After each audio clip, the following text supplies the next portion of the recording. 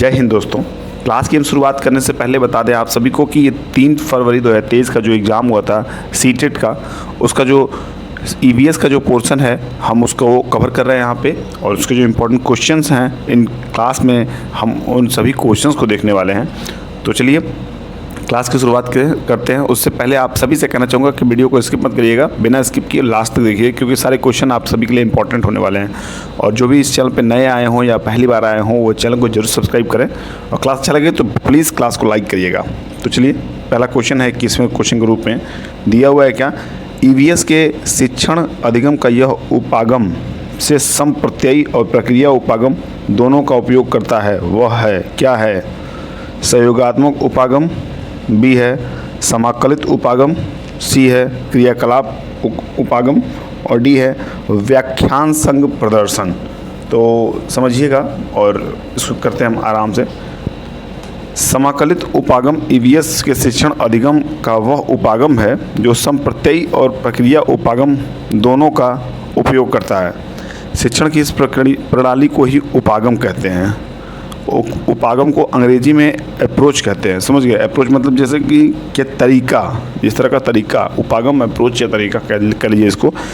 यदि इसे दूसरे शब्दों में कहा जाए तो कुछ सीखने का तरीका जो सीखने वालों की मदद करने के लिए कक्षा की गतिविधियों तकनीकी का उपयोग करता है, वह उपागम की श्रेणी में आता है। अतः यह निष्कर्ष निकलता है कि उपागम हमें बताती है कि कैसे पढ़ाएं। तो इस तरह जो हमारा जो बी ऑप्शन है, मैं आपको पूरे सेंटेंस में बी ऑप्शन जो कवर किया हूँ, समाकलित उपागम क्या होता है? समाकलित उपागम। दूसरा क्वेश्चन है 22वें क्वेश्चन के रूप में, रमा अपने विद्यार्थियों को बीजों के अंकुरण पाठ के शिक्षण की योजना बनाती है। वह विभिन्न बीजों को देखिए यहाँ पे थोड़ा सा ये पौ के बजाय छू हो जाएगा, थोड़ा सा एडिटिंग में थोड़ा सा गड़बड़ हो गया, यहाँ पे छू हो जाएगा, यानी कि छू कर अपने बच्चों को उन्हें महसूस कराती है, तब वह बीजों को पहचानने एवं उनका नाम बताने कहती है। वह शिक्षण की किस विधि का उपयोग कर रही है? तो आपका फर्स्ट ऑप्शन हो जाएगा समस्या समाधान, दूसरा है सहयोगात्मक अधिगम, सी है प्रदर्शन, और डी है आपका व्याख्यान विधि। तो जो सी वाला ऑप्शन है प्रदर्शन यानी कि डिमॉन्स्ट्रेशन, यह इसका सही जवाब हो जाएगा।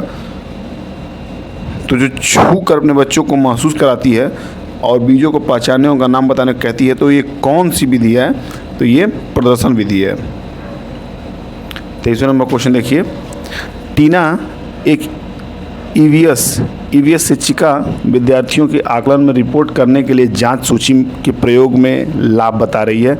निम्नलिखित में से टीना कथन कौन सा है? टीना का कथन कौन सा है? फर्स्ट ऑप्शन है जांच सूचियों का प्रयोग आसान है, बी है जांच सूचियों के लिए विस्तृत रिकॉर्ड रखने की आवश्यकता है, सी है जांच सूचियां छात्रों की उपलब्धियों का विवरण देती हैं, और डी है उच्च कक्षाओं में भेजने के लिए जांच सूचियों की व्याख्यान करना आसान है।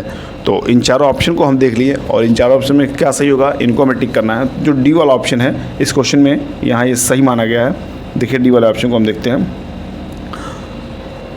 जो डी वाला ऑप्शन मैंने बताया कि उच्च कक्षाओं में भेजने के लिए जांच सूचियों की व्याख्यान करना आसान है, तो ये जो ऑप्शन है इसका ये सही हो जाएगा। 24वें क्वेश्चन की तरफ बढ़ते हैं। 24वां क्वेश्चन हमारा है, यात्रा का विषय पढ़ाते समय निम्नलिखित में से कौन सा उदाहरण संवादात्मक शिक्षण का है? ऑप्शन फर्स्ट है विद्यार्थियों से यात्रा संबंधित चित्र एकत्र करने के लिए कहना, ऑप्शन बी विद्यार्थियों से आपस में यात्रा पर प्रदर्शन करने के लिए कहना, ऑप्शन सी यात्रा तथा टिकटों के प्रकार पर शिक्षिका द्वारा डिजिटल प्रस्तुतिकरण दिखाना, ऑप्शन डी शिक्षिका तथा विद्यार्थी मिलकर सुनते हैं तथा यात्रा संबंधित अपने अनुभवों के संदर्भ में प्रतिक्रिया देते हैं। तो एकदम सटीक और सही ऑप्शन मुझे यही लग रहा है। कौन सा? डी वाला। आपको आप भी इसको पढ़िएगा और समझने का प्रयास करिएगा कि यात्रा का विषय पढ़ाते समय निम्नलिखित में से कौन सा उदाहरण संवादात्मक शिक्षण का है? किसका? संवादात्मक शिक्षण का है। देखिए संवादात्मक शिक्षण का जो 4 मुख्य रूप होता है उसको मैं आपको बताता हूँ। पहला होता है शिक्षक छात्र की बातचीत। क्या होती है? शिक्षक छात्र की बातचीत, यानी कि शिक्षिका और विद्यार्थी मिलकर जो लास्ट वाला ऑप्शन है मिलकर सुनते हैं। अब सुनने की बात आ गई। फिर छात्र छात्र बातचीत, यानी कि 2 छात्र 3 छात्र आपस में बात कर सकते हैं। और तीसरा है श्रव्य दृश्य वीडियो का उपयोग। और चौथा है व्यवहारिक प्रदर्शन और अभ्यास। तो इस तरह जो चारों ऑप्शन हैं ये फॉलो कर रहे हैं। लास्ट वाले जो ऑप्शन है इस तरह डी से हो जाएगा आपका। देखिए 25 नंबर क्वेश्चन क्या कह रहा है कि मिली एक 6 वर्षीय बालिका अपने चीज़ें जैसे कि क्ले, डो, किताबें, वर्कशीट्स, रंग इत्यादि किसी के साथ साझा नहीं करती। उसकी अध्यापिका को मिली को शामिल करके किसी भी संयोजक क्रियाकलाप का आयोजन करने में समस्या का सामना करना पड़ता है।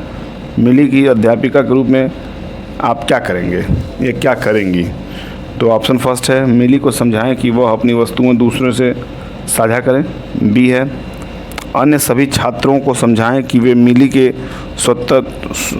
स्वत्वात्मक व्यवहार के साथ समायोजन करें।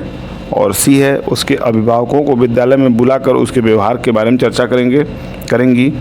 और डी है मिली के व्यवहार के समाजीकरण को बढ़ाने के लिए विभिन्न समूह कार्य का संचालन करेंगी। तो इस तरह जो हमारा ऑप्शन है वो बिल्कुल सही ऑप्शन डी वाला है। क्या कह रहा है देखिए, डी वाला ऑप्शन हमारा एकदम सटीक है।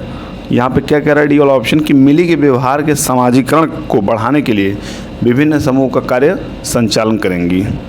इस तरह जो हमारा ऑप्शन डी है सही हो जाएगा। ये देखिए यहाँ 26 नंबर हो जाएगा।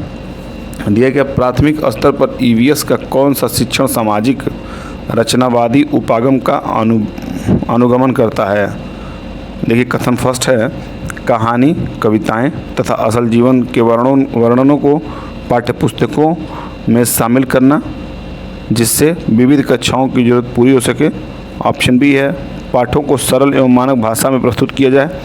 ऑप्शन सी है संदर्भ ये समझ को बढ़ाने के लिए स्थानीय भाषा एवं शब्दावली का प्रयोग किया जाए। कथन डी है ईवीएस शिक्षण की गुणवत्ता को सुनिश्चित करने के लिए राज्य स्तर के मानकीकृत। तो अब इसमें हमें पहले बताना है कि क्या चीज़ सही है, उसी आधार पे हम उस ऑप्शन को टिक करेंगे जो हमारे निम्नलिखित ऑप्शन है। तो ध्यान से देखिए, ऑप्शन पहला हमारा ए एंड सी, दूसरा ए एंड बी, और तीसरा बी एंड डी, और चौथा ए बी एंड सी। तो अभी ऑप्शन जो हम देख रहे हैं इसमें जो ए वाला ऑप्शन है ये यहाँ पे सही दिया गया है, ए और सी।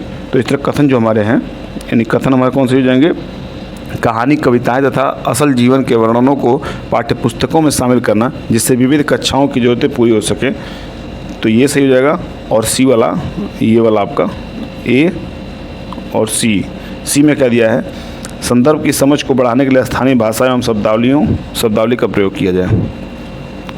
27 नंबर क्वेश्चन क्या कह रहा है कि निम्नलिखित में से कौन सा ईवीएस के शिक्षण के लिए उपयुक्त उपागम नहीं है? क्या नहीं है? उपयुक्त उपागम नहीं है। तो देखिए फर्स्ट है भूमिका निभाना, दूसरा है सर्वेक्षण, तीसरा क्षेत्र भ्रमण, और चौथा है शिक्षक द्वारा शिक्षण या निर्देशन, और यानी कि 5वां है संवादात्मक शिक्षण। तो कौन सा नहीं है? ए बी सी डी के ऑप्शन में दिया हुआ है, इसे हमें चूज़ करके बताना है। तो जो हमारा ए वाला ऑप्शन है, देखिए ध्यान से, ए वाला ऑप्शन पे हमें डी दिया है। क्या दिया है? डी, यानी कि ये जो हमारा ऑप्शन है निर्देशन, शिक्षकों द्वारा शिक्षण और निर्देशन निम्नलिखित में से ईवीएस के शिक्षण के लिए उपयुक्त उपागम नहीं है। तो उपयुक्त उपागम कौन सा नहीं है? आपका हो जाएगा शिक्षकों द्वारा शिक्षण या निर्देशन जो है उपयुक्त उपागम नहीं है।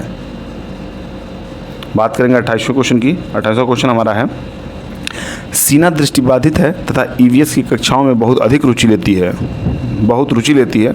आप पहाड़ी क्षेत्रों में विद्यार्थियों को क्षेत्र भ्रमण के लिए ले जा रही हैं तथा सीना इस भ्रमण पर जाना चाहती है, आप क्या करेंगी? आपको कथन फर्स्ट दे दिया गया। कथन फर्स्ट है उसके अभिभावकों से कहें कि उसे मना करें क्योंकि पहाड़ी क्षेत्र में उसके लिए जोखिम हो सकता है। और बी है उसके अभिभावकों को सलाह दें कि वे उसे जाने की अनुमति दे दें। और ऑप्शन सी है उसकी सबसे अच्छे मित्र को जिम्मेदारी सौंपे कि वह यात्रा के दौरान उसकी सुरक्षा का ध्यान रखें। ऑप्शन डी है विद्यार्थियों के समूह बनाएं तथा प्रत्येक समूह को यात्रा से संबंधित निर्धारित जिम्मेदारियों सौंपें। तो देखिए अब ऑप्शन आपको दिया है। ऑप्शन फर्स्ट आपका सी एंड डी है। ऑप्शन बी है ए तथा सी।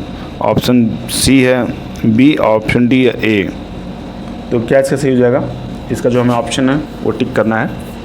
तो जो इसका ऑप्शन है, ध्यान से देखिए, सी एंड डी, यानी कि ऑप्शन जो ए वाला दे रखा है, ए वाला ऑप्शन ये सही है। कौन कौन सा देखते हैं हम, सी और डी। उसकी सबसे अच्छी मित्र की जिम्मेदारी सौंपे कि वो यात्रा के दौरान सुरक्षा का ध्यान दे और विद्यार्थियों के समूह बनाएं तथा प्रत्येक समूह को यात्रा से संबंधित निर्धारित जिम्मेदारियां सौंपें। तो इस तरह जो है आपके ऑप्शन जो हैं ये सही हो जाएंगे। 29 नंबर क्वेश्चन क्या कर रहा है, 29 नंबर क्वेश्चन कर रहा है कि निम्नलिखित में से कौन ईवीएस में भावनात्मक पक्ष में संबंधित आकलन का संकेतक है। ऑप्शन फर्स्ट है ऑब्जर्वेशन यानी अवलोकन, ऑप्शन बी चर्चा करना, ऑप्शन सी साथ मिलकर काम करना और ऑप्शन डी एक्सपेरिमेंट यानी कि प्रयोग। तो जो हमारा सी वाला ऑप्शन है, शेयरिंग एंड वर्किंग टुगेदर यानी कि साथ मिलकर काम करना, ये यहाँ बिल्कुल सही हो जाएगा। और इस क्लास का और 3 फरवरी 2023 का भी ये लास्ट क्वेश्चन है ईवीएस का। तो चलिए देखते हैं इसको। ईवीएस की कक्षा में जब कोई बच्चा कई अन्वेषी प्रश्न पूछता है तब वह अपने कौन से कौशल को बेहतर नहीं कर रहा है या कर रही है। ऑप्शन फर्स्ट लिसनिंग स्किल यानी कि सुनने का कौशल, ऑप्शन बी डिमॉन्स्ट्रेशन स्किल यानी कि प्रदर्शन कौशल, ऑप्शन सी डिस्कशन स्किल यानी कि विवेचन कौशल, और आपका डी हो जाएगा क्रिटिकल थिंकिंग स्किल यानी कि समालोचनात्मक कौशल, समालोचनात्मक चिंतन कौशल जो है। ये देखिए थोड़ा इसकी वजह से छुप गया यहाँ पे, आपको हटा दे रहा हूँ मैं, देख लीजिए समालोचनात्मक चिंतन कौशल। तो इसका जो सही जवाब है वो हमको देना है। तो ध्यान से देखिए, जो बी वाला ऑप्शन है प्रदर्शन कौशल। क्या है प्रदर्शन कौशल, यानी कि ईवीएस कक्षा में जब कोई बच्चा कई अन्वेषी प्रश्न पूछता है, मतलब कई इंपॉर्टेंट प्रश्न ऐसे पूछता है, तब वो अपने कौन से कौशल से बेहतर नहीं कर रहा है।